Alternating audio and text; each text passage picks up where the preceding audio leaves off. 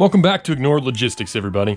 So today we're gonna go ahead and get started on fixing this mess here. I'm gonna go ahead and take this off and we're gonna take it to the new shop. This old little shop area is tiny and super cluttered, and honestly I just kind of overflowed from it.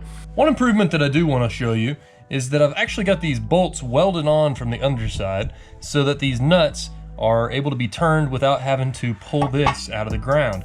That way, if I ever need to, I can remove this whole assembly and go and work on it. And just like that, you can see I didn't have to take this thing up from the floor to take this piece off to work on it. So we've got a couple of main problems that we're gonna be addressing today on this tire changer. One, obviously, we've destroyed this bar, so we need to put in something a bit heftier. But I do want to give you a little better shot. And this is just one of the biggest design flaws on this thing, is how much play there is right here. See how much wiggle room this has right there and right here? That's not good. Now, this bead breaker piece also had one of these same pins, also with a lot of slack in it. So what you would end up with is when you'd push down on it, it would bend this thing in any and every direction as long as you didn't have perfectly straight down force. And I don't know if you can really see it on the camera very well, but this thing is bent all to one side. I've actually already bent it back once. So that needs to be addressed. And honestly, it's probably a bigger problem even than this is, though we will do something about this. So I've got my bead breaker loaded up in my vise, and now all I'm gonna do is just push and pull on this, and then I'll switch sides and do the same until both of these things are pointing more or less about as straight as I can get them.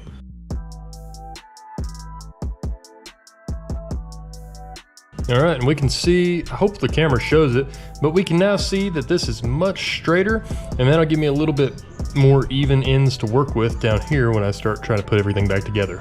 So now that I've got this sufficiently straight, I'm gonna take it back over to the drill press and I'm gonna put these holes in it the right way. I did it kind of cheating with crappy drill bits before just because I was trying to make something work at midnight. But now I've got my drill press, I've got a tungsten carbide bit to drill through this hardened steel. That part's important.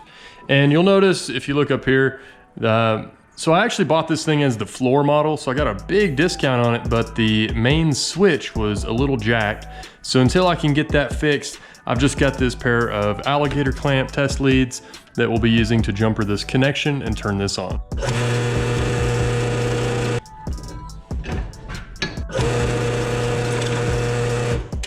Right, so I just got done drilling that out and I cleaned it up on the grinder. So next thing, we'll be moving on to this mess. And now that I've got that on the vise and more or less leveled with this clamp here, I'm gonna go ahead and do the same thing to all 4 of these holes.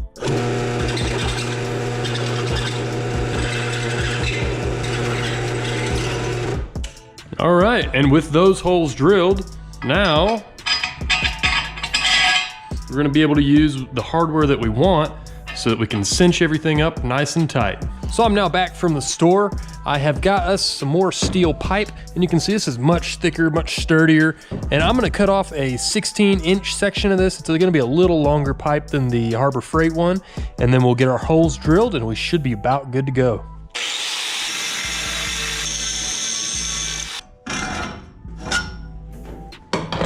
Now that I've got both pipes sitting here, I'm going to measure this red portion here, add 1/4 of an inch to it, and make a center point on my new pipe.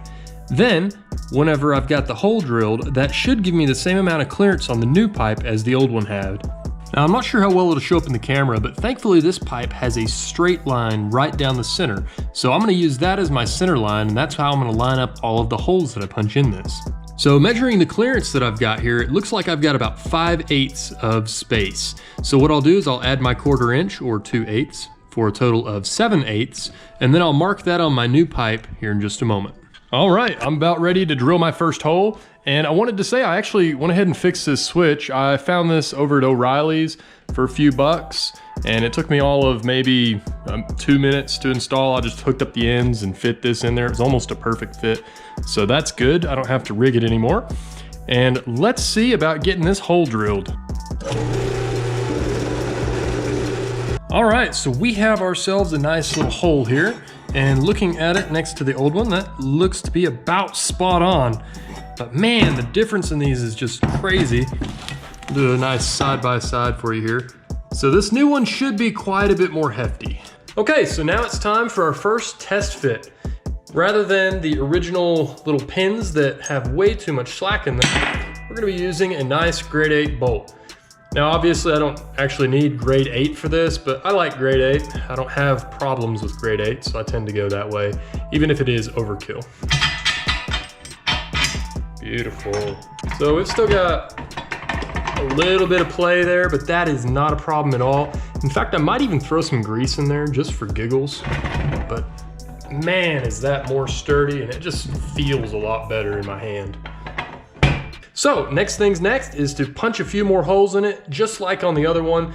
That way we can hook it up to our bead breaker. So I've got this entire assembly off now, and I've left this in just to keep this under some flex, because what we're gonna do now is take a little bit of leftover square tubing that I've got, and this metal is just a bit thinner than the hardened steel on this piece. But what we'll do is we are going to cut this out, and we're gonna weld 1 or 2 pieces of this in here to give this some strength. I've got my piece cut and I've got it kind of wedged in here, and I think that is gonna help out a lot. I may or may not do a second piece down here. I'm gonna go ahead and weld this up, and let's see how strong it feels by comparison. And if I think it needs any more, I might put another one up here or down here. We'll see how it does in just a moment.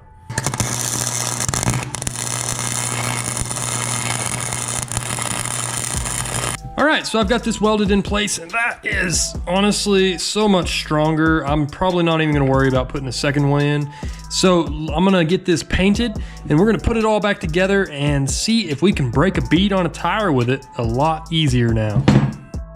All right, we have put our machine back together, now reinforced and stronger than it probably has ever been.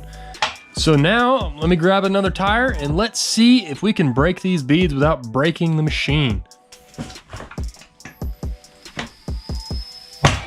Hey, look at that, we got it.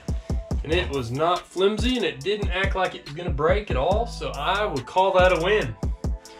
Took a little bit of doing, but we have repaired this machine and made it a heck of a lot stronger than it was. Gotten rid of some of the rinky-dink stuff that they did. So I'm gonna call that a win. If you like this sort of thing, please consider liking and subscribing, and we'll see you next time on Ignored Logistics.